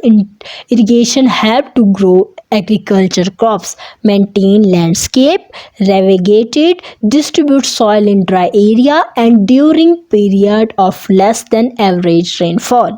मैंने क्या कहा, irrigation is the process of applying controlling amount of water, कि हमने अपनी फसलों को किस तरह से पानी देना है। मतलब हम सिंचाई किस में करते हैं, हम फसलों में करते हैं। तो इरिगेशन क्या हुई, हमने अपने पौधों को, अपनी फसलों को किस तरह से कंट्रोल्ड वाटर प्रोवाइड करवाना है या अपने वाटर का कितना अमाउंट प्रोवाइड करवाना है, जो ये प्रक्रिया होती है उसको हम क्या बोलते हैं, सिंचाई बोलते हैं। सिंचाई हम क्यों करते हैं, ताकि जो हमारी फसलें हैं उनको उगने में मदद मिले, वो अच्छे से उगे। क्योंकि अगर हम सिंचाई नहीं करेंगे, धूप पड़ेगी तो हमारी ज़मीनें क्या हो जाएगी, ड्रॉट हो जाएगा, ड्रॉट पड़ जाएगा और हमारे को क्या मिलेगा, लॉस हाथ में लगेगा। तो हम चाहते हैं कि हमारी फसलें उगे, तो हमारे को क्या करनी पड़ती है, इरिगेशन करनी पड़ती है। अब क्या होता है, कई एरिया कैसे होते हैं, लैंडस्केप एरिया होते हैं, जिसमें क्या होता है, बार बार भूस्खलन होता है। कई बार भूस्खलन आपका ज़्यादा बारिश की वजह से हो जाता है, तो कई बार सूखे की वजह से आपकी ज़मीन क्या हो जाती है, कटनी शुरू हो जाती है, फटनी शुरू हो जाती है। आपने अपनी ज़मीनों में दरारें देखी है ना, वो चीज़। तो आपने जब ड्रॉट को बचाना होता है तो आप क्या करते हो, आपकी मिट्टी की जो उपज क्षमता है वो कम ना हो। अगर बारिश नहीं हो रही है, बारिश ना होने की वजह से वो उसकी जो उपज क्षमता है वो खो ना जाए, और आप अपनी जो मतलब कि मिट्टी की, सॉइल की जो कैपेसिटी है वो मेंटेन रहे, उसके लिए आप क्या करते हो, सिंचाई करते हो। क्या करते हो, सिंचाई करते हो। तो सिंचाई हमारी दो तरह की होती है, एक होती है नेचुरल इरिगेशन, दूसरी होती है, ये क्या है, आपकी इरिगेशन है। ठीक है, इरिगेशन आप अपने पौधों को इस तरह से पानी प्रोवाइड करवाते हो। इरिगेशन के बहुत सारे टाइप होते हैं, बहुत से तरीक़ों से आप अपने पौधों को है जो है इरिगेट करते हो। ठीक है, उनको सींचते हो। तो अब हम बात करते हैं इसके इरिगेशन के टाइप की बात करते हैं। इरिगेशन हमारी दो तरह की होती है, एक होती है नेचुरल इरिगेशन, दूसरी होती है आर्टिफिशियल इरिगेशन। तो अगर नेचुरल की हम बात करें, जो नेचुरल तरीके से इरिगेशन हो जाती है उसमें हमें कुछ नहीं करना पड़ता है, उसमें खुद बारिश हो जाती है और हमारे पौधों को क्या मिल जाता है, पानी मिल जाता है। तो नेचुरल इरिगेशन में क्या हो गया, हमारे को कुछ करने की ज़रूरत नहीं पड़ी, प्राकृतिक रूप से हमारे मतलब कि फसल को पानी मिल गया और उन्होंने ग्रोथ करना शुरू कर दिया। बट अब हमारे पास पानी नहीं हो रहा है, वर्षा नहीं हो रही है, बारिश नहीं हो रही है, तो क्या हो रहा है, ड्रॉट पड़ रहा है। तो हमारे को क्या करना पड़ता है, इरिगेशन करना पड़ता है। तो अब हम असली इरिगेशन की इसमें हम बात करते हैं। तो इरिगेशन हम करेंगे तो किससे करेंगे, आर्टिफिशियल तरीके से करेंगे। तो अब हमारी आर्टिफिशियल जो इरिगेशन है उसको हमने दो पार्ट में डिवाइड किया है, एक है सरफेस इरिगेशन, दूसरी है सब सरफेस इरिगेशन। अब हम बात करते हैं सरफेस इरिगेशन की। सरफेस इरिगेशन होती है जब आप पौधों के पास, मतलब कि मिट्टी के पास आप पानी दे रहे हो जब, तो वो कौन सी होती है, सरफेस इरिगेशन होती है। और सब सरफेस इरिगेशन क्या होती है, जब आप मिट्टी के नीचे सीधे डायरेक्टली या इनडायरेक्टली तौर पर आप अपनी जड़ों को पानी दे रहे होते हो, तो वो क्या होती है, सब सरफेस इरिगेशन होती है। कौन सी इरिगेशन होती है, सब सरफेस इरिगेशन होती है। तो बात करते हैं सरफेस इरिगेशन की। सरफेस इरिगेशन को हमने दो पार्ट में बांटा है, एक है फ्लो इरिगेशन, दूसरी है लिफ्ट इरिगेशन। कौन सी, एक है फ्लो इरिगेशन, दूसरी है लिफ्ट इरिगेशन। अगर हम फ्लो इरिगेशन की बात करें तो फ्लो से हमारे को पता लग रहा है कि शायद इसमें क्या हो रहा है, फ्लो हो रहा है, वाटर क्या हो रहा है, फ्लो हो रहा है। तो अगर हम बात करें तो क्या बात कर सकते हैं हम, फ्लो इरिगेशन में क्या है, हमारे पास जो वाटर की क्वांटिटी होती है वो ज़्यादा होती है और जो वाटर यूज़ होना होता है उसकी क्वांटिटी हमारे पास कम होती है।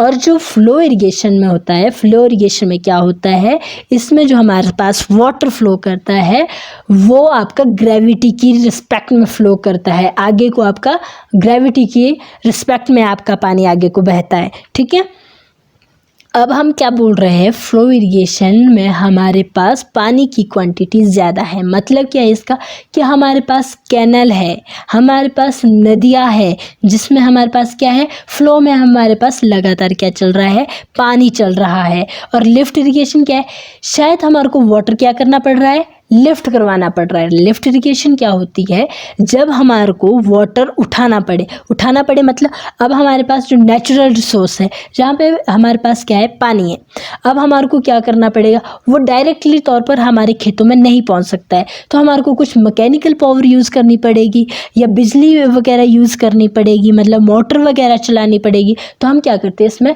पंप वगैरह का ज़्यादा यूज़ करते हैं और क्या करते हैं, अपनी मोटर चला देंगे, चैनल बना देंगे, खाई बना देंगे और उसके थ्रू अपनी जो सिंचाई के लिए पानी है उसको खेतों में पहुंचा देंगे। ठीक है, तो हमारे पास ये क्या होगी, लिफ्ट इरिगेशन होगी। मैं पहले लिफ्ट इरिगेशन को ही डिस्क्राइब कर लेती हूँ।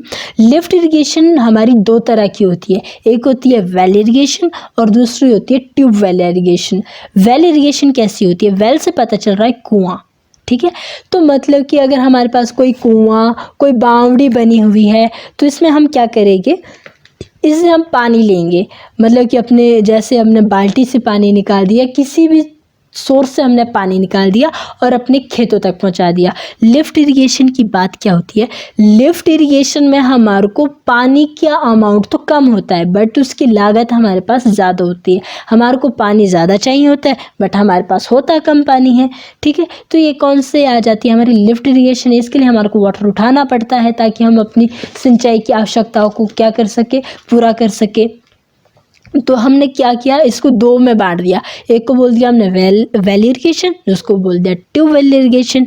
वेल इरिगेशन क्या हो गया, जब हमने अपने खेतों में क्या करनी है, सिंचाई करनी है। अब हमारे जो ग्राउंड वाटर है ना, उसमें हमारे पास जो वाटर है, मतलब ग्राउंड वाटर है, ग्राउंड वाटर में जो पानी का लेवल है वो हमारे पास कम है।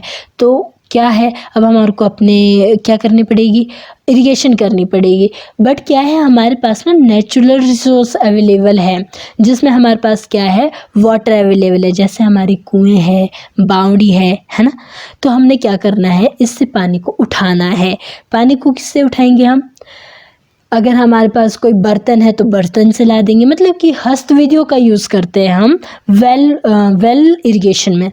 और फिर ट्यूबवेल इरिगेशन कैसी होती है, ट्यूबवेल इरिगेशन में हम थोड़ा सा मैकेनिकल यूज़ कर लेते हैं। इसमें क्या कर लेंगे, हम पंप यूज़ कर लेंगे। ठीक है, पंप से मतलब कि पानी को निकालेंगे और चैनल के माध्यम से या पाइप्स के माध्यम से अपने खेतों में इरिगेशन कर देंगे, मतलब पानी पहुंचा देंगे। तो जो हमारा ट्यूबवेल इरिगेशन है वो वेल के बजाय ज़्यादा फेमस है, ज़्यादा यूज़ करते हैं हम। ठीक है, क्योंकि जो वेल इरिगेशन है उसमें हमारे को ज़्यादा मेहनत करनी पड़ती है, पर ट्यूबवेल में क्या है, हमारे को थोड़ी सी कम मेहनत करनी पड़ती है। ठीक है, अब आते हैं फ्लो इरिगेशन पे। फ्लो इरिगेशन मैंने बता दिया आपको कि इसमें पानी की क्वांटिटी हमारे पास ज़्यादा होती है और पानी यूज़ हमारे पास कम होता है। तो ठीक है, अब बात करते हैं इसकी और हमने ये भी बोला कि ये किस में बहता है, ग्रेविटी के रिस्पेक्ट में आगे को फ्लो करता है, फ्लो इरिगेशन में वाटर। तो अब बात करते हैं, ये हमने जो फ्लो इरिगेशन है इसको दो पार्ट में डिवाइड कर दिया। एक को कर दिया हमने फ्लड में, दूसरों को कर दिया है हमने पेरिनियल में। किसमें, फ्लड इरिगेशन और पेरिनियल इरिगेशन। तो अब हम बात करते हैं पेरिनियल इरिगेशन की। पेरिनियल इरिगेशन को बोलते हैं हम बारहमासी सिंचाई, मतलब कि जो सिंचाई के साधन है हमारे पास यहाँ पे वो हमारे पास 12 मंथ अवेलेबल है, 12 महीने अवेलेबल है। हमारा जब मन करेगा हम तब सिंचाई कर सकते हैं क्योंकि हमारे पास वाटर अवेलेबल है। ठीक है, तो अब हम क्या करेंगे इसमें, अब हमारे पास वाटर अवेलेबल है, मतलब कि हमारे पास नदी है, शायद या तो हमारे पास नदी है, नदियों में 12 महीने पानी रहता है। तो क्या है कि हम इसमें क्या करेंगे, या हमारे पास नहरें हैं, नहरों में हमारे पास 24 घंटे पानी रहता है, 12 महीने पानी रहता है, हर पूरी साल भर मतलब हमारे पास पानी रहता है, पानी की हमारे पास कमी नहीं रहती है। तो हम क्या करेंगे, जब हमारे पास पानी है तो, या अगर हमारे पास डायरेक्टली तरीके से पानी है, डायरेक्टली तरीके से कैसे, पेरिनियल इरिगेशन भी आपकी दो तरह की होती है, एक डायरेक्ट पेरिनियल इरिगेशन और दूसरी होती है storage perennial irrigation. Perennial irrigation को कौन सी बोली हमने, बारहमासी, कि हमारे पास एक कृत्रिम रूप से है, हमने इसको आर्टिफिशियल तरीके से बनाया है, बट हमारे पास क्या है, पानी 12 महीने अवेलेबल है। तो इसको हमने दो तरह से डिवाइड कर दिया, एक को डायरेक्ट इरिगेशन में और दूसरों को स्टोरेज में। अब डायरेक्ट की अगर हम बात करें तो डायरेक्टली हमारे पास जो वाटर अवेलेबल है, हमारे पास या तो पानी की वो, या तो हमारे पास रिवर बह रही है या हमारे पास कैनल है।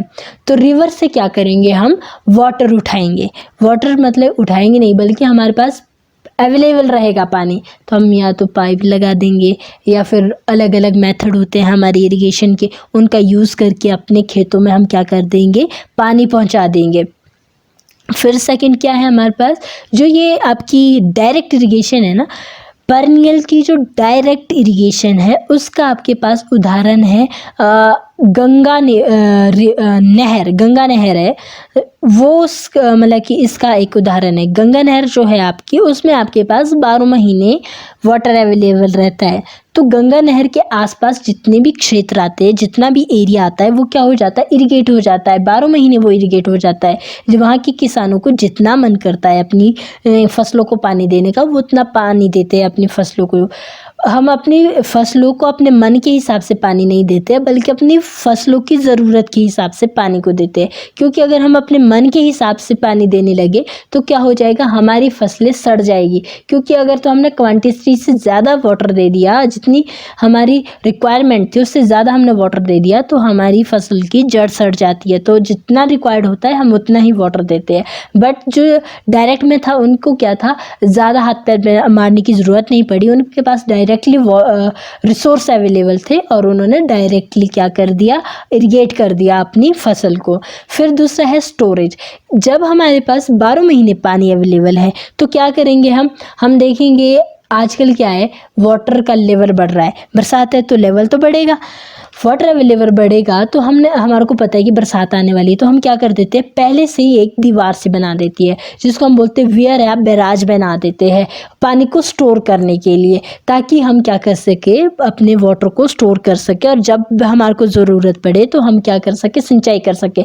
बट जो ये स्टोरेज वाटर है ये भी हमारे पास 12 महीने अवेलेबल रहता है। क्यों? क्योंकि ये पेरिनियल के अंडर आ रहा है, ठीक है। तो इसका भी आपके पास एक उदाहरण है, जो यूपी में रामगंगा करके नहर है, वो इसका एक उदाहरण है, वो एक स्टोरेज है। कौन सी है वो? स्टोरेज इरिगेशन है वो। फिर अब हम बात करते हैं फ्लड इरिगेशन की। जैसे नाम से ही पता लग रहा है कि बाढ़ वाली इरिगेशन है, इसका जो संबंध है हमारा वो शायद बाढ़ से रिलेटेड है। तो क्या होता है फ्लड इरिगेशन के अंदर? फ्लड इरिगेशन भी हमारी दो तरह की होती है। जैसे आजकल क्या है, वाटर का लेवल बढ़ गया है, या आप बोल सकते हो कि आजकल हमारे बिहार में क्या हो गया है, बाढ़ आ गई है।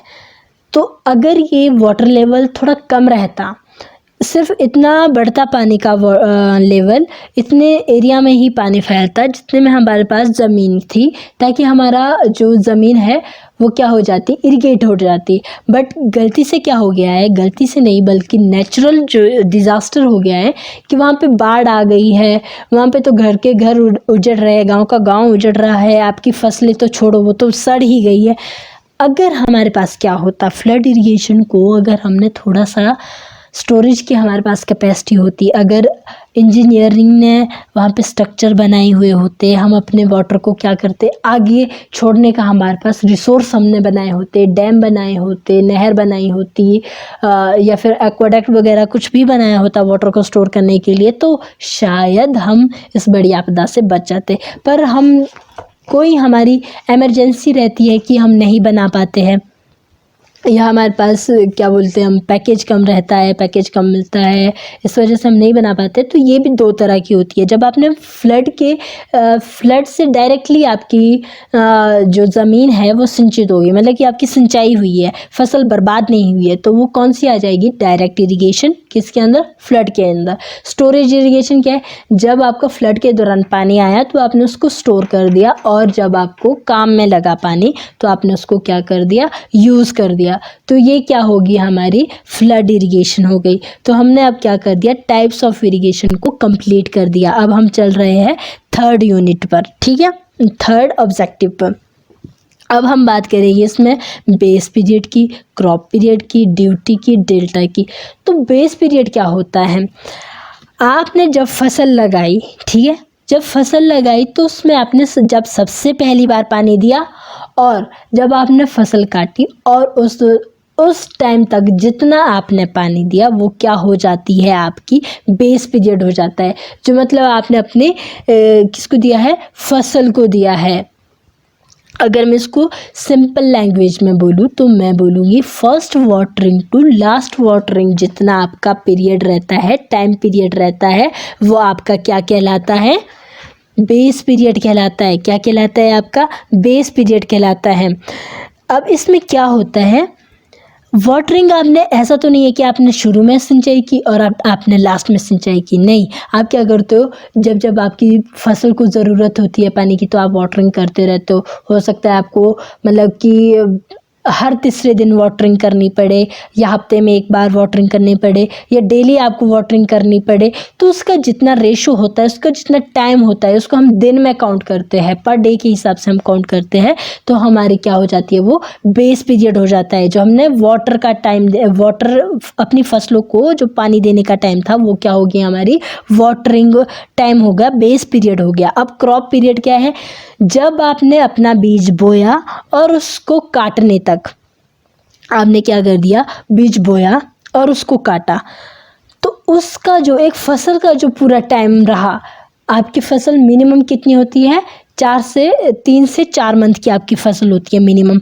या कई फसल 6 मंथ की भी होती है। तो जो वो टाइम होता है वो क्या होता है, क्रॉप पीरियड, एक फसल का टाइम है वो, मतलब कि उसको बोया और उसको काटा, जो वो सारा टाइम था वो क्या हो गया, हमारा एक क्रॉप पीरियड हो गया, एक फसल का टाइम हो गया। क्या होता है, क्या करते हैं हम, जो हमारा बेस पीरियड और क्रॉप पीरियड है उसको हम सेम ले लेते हैं, बट वो असल में सेम नहीं होता है, उसको हम सेम लेते हैं क्योंकि बेस पीरियड तो हमारा वाटर का टाइम है कि हमने कितना वाटर दिया, कितने दिनों तक पानी दिया, और क्रॉप पीरियड है कि आपकी फसल कितने दिनों तक आपकी खेत में रही, बोने से लेकर काटने तक, ठीक है। तो ये क्या हो गई आपकी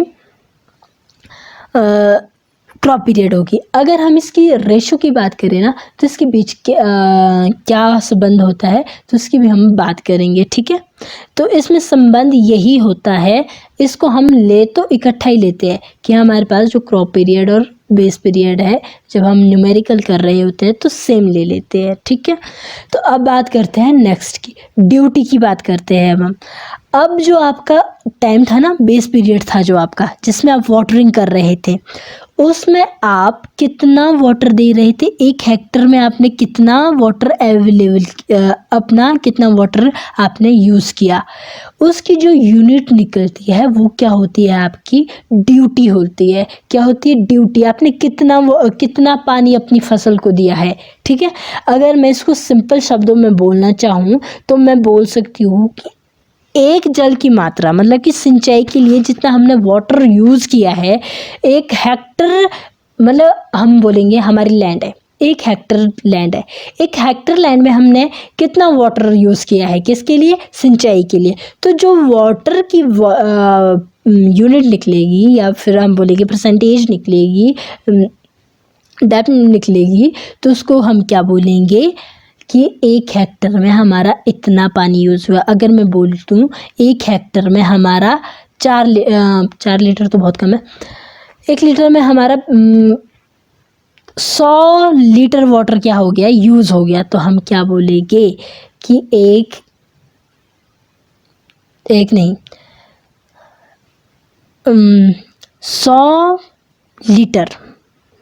100 लीटर वाटर पर क्यूमिक्स, मतलब कि 1 हेक्टर में आपका 100 लीटर वाटर क्या हुआ है, यूज़ हुआ है। अब डेल्टा की बात करें तो जब आपने बेस पीरियड में अपनी फसल को पानी दिया था ना, तो उसकी डेप्थ कितनी थी, डेल्टा की ड्यूटी हुआ आपका वाटर देना, कि आपने कितना वाटर दिया, जो आपने वाटर दिया वो कितने एरिया में उसका यूज़ हुआ। तो उस चीज़ के जब आपने न्यूमेरिकल निकालना होता है तो आप ड्यूटी के थ्रू निकालते हो। डेल्टा क्या हो गया, डेल्टा हो गया डेप्थ ऑफ द वाटर, कि आपने जो बेस पीरियड के दौरान जितना आपने वाटर दिया था अपनी फसल को, उसकी डेप्थ कितनी थी, तो वो क्या होगी हमारी डेल्टा। डेल्टा को हम छोटे से ट्रायंगल से प्रेजेंट करते हैं, ठीक है, छोटे से ट्रायंगल से हम अपने डेल्टा को प्रेजेंट करते हैं। अब थोड़ी सी बात हम ड्यूटी की कर लेते हैं। ड्यूटी हमारी 2 तरह की होती है, एक होती है हाई ड्यूटी और एक होती है लो ड्यूटी। हाई ड्यूटी होती है जब आपके पास पानी की मात्रा कम हो, बट उससे आप ज़्यादा एरिया कवर कर रहे हो, ज़्यादा एरिया सिंचित कर रहे हो, ज़्यादा एरिया में आपका वो पानी लग रहा है, तो वो क्या हो गई, हाई ड्यूटी। लो ड्यूटी इसकी विपरीत है, आपके पास पानी तो कम है बट आपने ज़्यादा एरिया इरिगेट कर दिया है, तो वो क्या हो गई, मतलब कि नहीं, लो ड्यूटी होती है, आपके पास पानी की जो क्वांटिटी है वो तो ज़्यादा है बट आपका जो एरिया है वो कम इरिगेट हुआ है, तो वो क्या हो गया, लो ड्यूटी हो गया। तो जब हमने अपनी ड्यूटी को सुधारना होता है, ड्यूटी को जब हम निकालना होता है, तो वो बहुत सारे घटक पर डिपेंड करता है। जैसे हमारा जो बेस पीरियड है, हमने जो ड्यूटी के दौरान हमने जो फसल उगाई है उसका पीरियड कितना है, बेस पीरियड कितना है, मतलब कि वाटर देने का टाइम कितना है, ठीक है, हमारी वो क्रॉप कौन सी है, और फिर मतलब कि जो वाष्पीकरण है ना, एरिया के हिसाब से होता है। जैसे सबसे पहले हम बोलेंगे कि एरिया कैसे हैं। अब पंजाब में वाटर देने का तरीका अलग होगा, मतलब कि वाटर की जो क्वांटिटी होगी वो अलग होगी, हरियाणा में अलग होगी, यूपी में अलग होगी, तो हर एरिया की अलग अलग होती है, ठीक है। पानी देने का तरीका भी अलग अलग होता है, क्योंकि जितनी हमारे फसलों की रिक्वायरमेंट होगी उतना ही वाटर हम अपनी फसल को देंगे। और फिर हम बोल सकते हैं कि वाटर देने के भी कई मेथड होते हैं, कई तरीके से देते हैं, कई बार हम पंप से देते हैं, पाइप से देते हैं, कई तरीक़ों से होता है वाटर देने का तरीका भी, तो ठीक है। अब हम बात करते हैं मिट्टी की किस्म की। अगर मिट्टी हमारे पास अलग अलग है, जैसे रेतीली मिट्टी, काली मिट्टी, या फिर हरियाणा की मिट्टी, यूपी की मिट्टी, पंजाब की मिट्टी, तो अलग अलग तरह की मिट्टी है ये।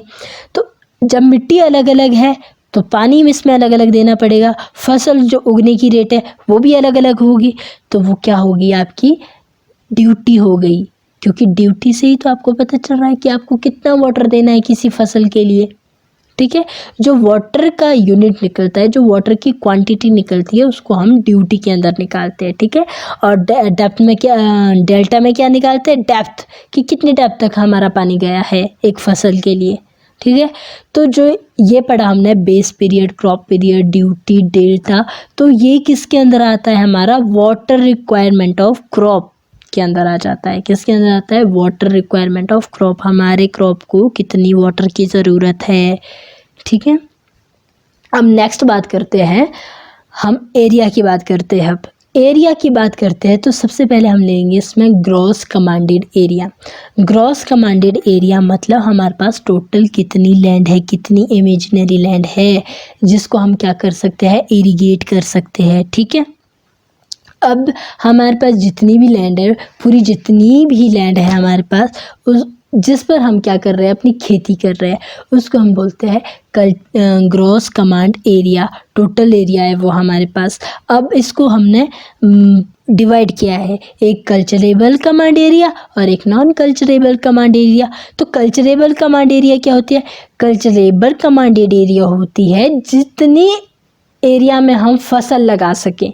जितने एरिया में हमने फसल लगा दी तो वो हो गया हमारा कल्चरेबल कमांडेड एरिया, और हम उसको क्या कर रहे हैं, इरिगेट कर रहे हैं। ग्रॉस कमांड एरिया में भी हम क्या करते हैं, इरिगेट करते हैं, पूरी ज़मीन को इरिगेट करेंगे, बट उसके अंदर हम कौन सी चीज़ों को छोड़ देंगे, non culturable irrigate non culturable commanded area को हम छोड़ देंगे।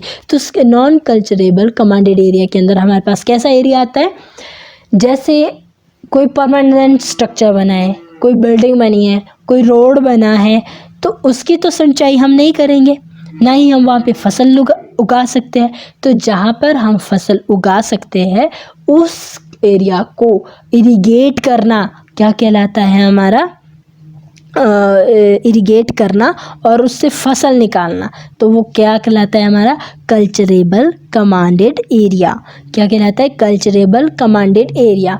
अब बात करते हैं इंटेंसिटी ऑफ इरिगेशन की। इंटेंसिटी ऑफ इरिगेशन क्या होता है, जितने एरिया को हमने क्या किया है, इरिगेट किया है, उस चीज़ की हमने परसेंटेज निकालनी है पर ईयर के हिसाब से। तो हम वो कैसे निकालते हैं, तो जितना हमने वाटर दिया है पहले उसकी हम क्वांटिटी निकालेंगे, वो हमने कितने टाइम में दिया है उस चीज़ को निकालेंगे। तो जो उस चीज़ की परसेंटेज निकलती है वो कहलाती है हमारी इंटेंसिटी ऑफ वाटर। क्या कहलाती है? Intensity of irrigation. मेरे मुंह से क्या क्या निकला, क्या होता है वो? इंटेंसिटी ऑफ इरिगेशन, जिसमें हम क्या निकालते हैं, अपनी हमारी जो इरिगेशन की परसेंटेज थी ना उसको हमने निकाला। अगर अब हम बात करें इसके बारे में, ग्रॉस कमांड एरिया की अगर हम बात करें तो टोटल एरिया है, टोटल एरिया में हमारे पास वाटर आ रहा है, जितनी ज़मीन है हमारे पास सब में वाटर आ रहा है, बट उसको हम कल्चरेबल कमांड एरिया में और नॉन कल्चरेबल कमांड एरिया में डिवाइड कर दिया है। कल्चरेबल में हमने वाटर दे दिया और नॉन कल्चरेबल में हमने वाटर नहीं दिया है। तो क्या हो गया, जो पानी का रेशो निकला, जो परसेंटेज निकली, उस चीज़ को हमने काउंट किया इंटेंसिटी ऑफ इरिगेशन के अंदर। किस में कर दिया हमने? इंटेंसिटी ऑफ इरिगेशन के अंदर। अब हमने एक और सम है इसके अंदर, अगर हमने निकालना हो कल्चरेबल कमांड एरिया तो हम क्या करते हैं, gross commanded area minus non culturable commanded area, तो उससे क्या निकलता जाता है हमारे पास, कल्चरेबल कमांडेड एरिया। ठीक है, तो ये था मेरा आज का टॉपिक। तो चलो अब हम चलते हैं एप्लीकेशन पॉइंट पर। किस पे चलते हैं अब हम? एप्लीकेशन पॉइंट पर। अब मैं आपसे क्वेश्चन पूछूंगी और आपने क्वेश्चन के आंसरिंग देनी है और उसी तरह से अपने क्लासरूम में क्वेश्चन पूछने हैं। तो मैं यहाँ पे बच्चों के नाम भी लूँगी। तो सबसे पहले मेरा क्वेश्चन है, what is the another name of hydrologic cycle? Hydrologic cycle का अनदर नेम क्या है? अब मुझे फटाफट आप आंसर देंगे।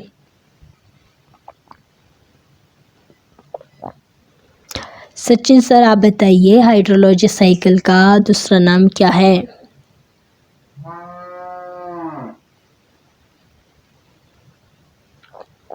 गीता जी, जो सचिन ने आंसर दिया क्या वो सही है?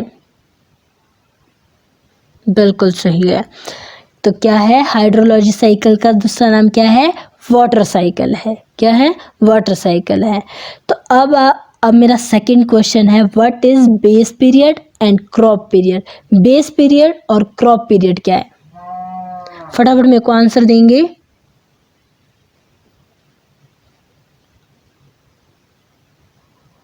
सचिन सर आप आंसर दीजिए।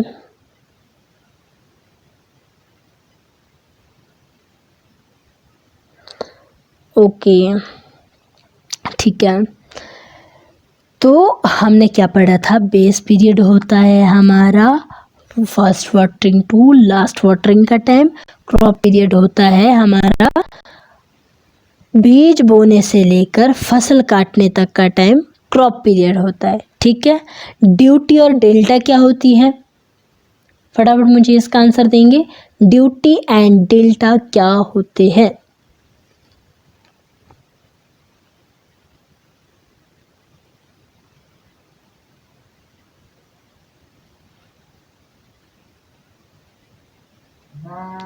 ड्यूटी होती है आपकी कि आपने कितना वाटर दिया है। एक क्यूमिक्स वाटर आपका कितने हेक्टेयर लैंड को कवर करता है, इरिगेट करता है, तो वो क्या हो जाती है? आपकी ड्यूटी हो जाती है।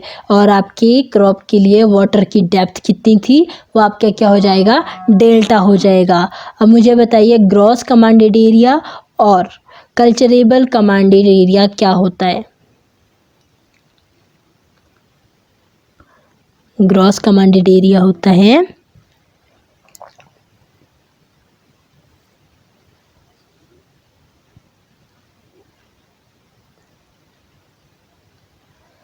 हमारा टोटल एरिया जहाँ पे हम इरिगेशन सिस्टम का यूज़ करते हैं, वो क्या कहलाता है? हमारा ग्रॉस कमांड एरिया। और कल्चरेबल कमांड एरिया क्या होता है? जिसमें हम फसल उगा सके, वो हमारा कौन सा हो गया? Culturable commanded area. ठीक है, ये हो गया हमारी प्रेजेंटेशन। अब हमने इसमें क्या पढ़ा, सबसे पहले हमने हाइड्रोलॉजी के बारे में पढ़ा। हाइड्रोलॉजी में हमने पढ़ा कि हमारे पास सरफेस वाटर कौन सा है, हमारे पास ग्राउंड वाटर कौन सा है, एटमॉस्फेयर में किस तरह से वाटर रहता है, और हमने क्या पढ़ा फिर वाटर साइकिल के बारे में पढ़ा। फिर हमने पढ़ा इरिगेशन के बारे में, इरिगेशन इंजीनियरिंग के बारे में, टाइप्स ऑफ इरिगेशन के बारे में पढ़ा, ठीक है। फिर हमने ड्यूटी के बारे में जाना, डेल्टा के बारे में जाना, बेस पीरियड और क्रॉप पीरियड को जाना, ग्रॉस कमांडेड एरिया और कल्चरेबल कमांडेड एरिया को जाना, और फिर हमने क्या करा, इंटेंसिटी ऑफ इरिगेशन को निकाला, ठीक है। तो अब आपको टेस्ट के लिए जो मेरा क्वेश्चन है क्लासरूम के अंदर वो है व्हाट इज़ हाइड्रोलॉजी। तो आपने क्या करना है, इसका टेस्ट मुझे देना है। और सेकंड क्वेश्चन है आपका what is the irrigation engineering और एक्सप्लेन इट्स टेक्निकल टर्म। जो हमने पढ़ी है उस टेक्निकल टर्म को आपने बताना है। नेक्स्ट लेसन है हमारा benefit and ill effect of irrigation. Irrigation के कौन से बेनिफिट है, कौन से इल इफ़ेक्ट है, उसको हम नेक्स्ट सेशन में जानेंगे। तो इसके साथ मेरी प्रेजेंटेशन होती है ख़त्म। Okay, bye bye. तो ये थी मेरी प्रेजेंटेशन। आपको मेरी प्रेजेंटेशन कैसी लगी आपने ये मुझे बताना है। आपको इससे क्या हेल्प मिलेगी या नहीं मिलेगी इसके बारे में भी आपने मेरे को बताना है। मुझसे जितनी कोशिश हो सकती थी, जितनी कोशिश बनती थी, मैंने पूरा करने की उसको कोशिश की है। आई होप आपको मेरा लेसन प्रिपेयर करना भी समझ में आया होगा और प्रेजेंट करना भी समझ में आया होगा। साथ में आपको ये भी समझ आया होगा कि आपने किस तरह से अपने लेसन प्लान को प्रेजेंट करना है, किस तरह से आपने सीक्वेंस वाइज बोलना है, किस तरह से अपनी टीचिंग मटेरियल यूज़ करनी है और लिखनी किस तरह से है, ठीक है। तो अब नेक्स्ट में अगर बात करूँ तो मेरा टॉपिक हो गया है कंप्लीट।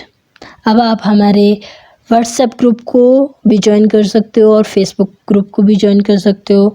आप इस लिंक पे आइए, मॉक टेस्ट दीजिए, अपने एग्ज़ाम की अच्छे से प्रिपरेशन कीजिए। हमारे सेशन को देख सकते हैं, जितने भी हमने लिए हैं यूट्यूब पर सभी अवेलेबल है, ठीक है।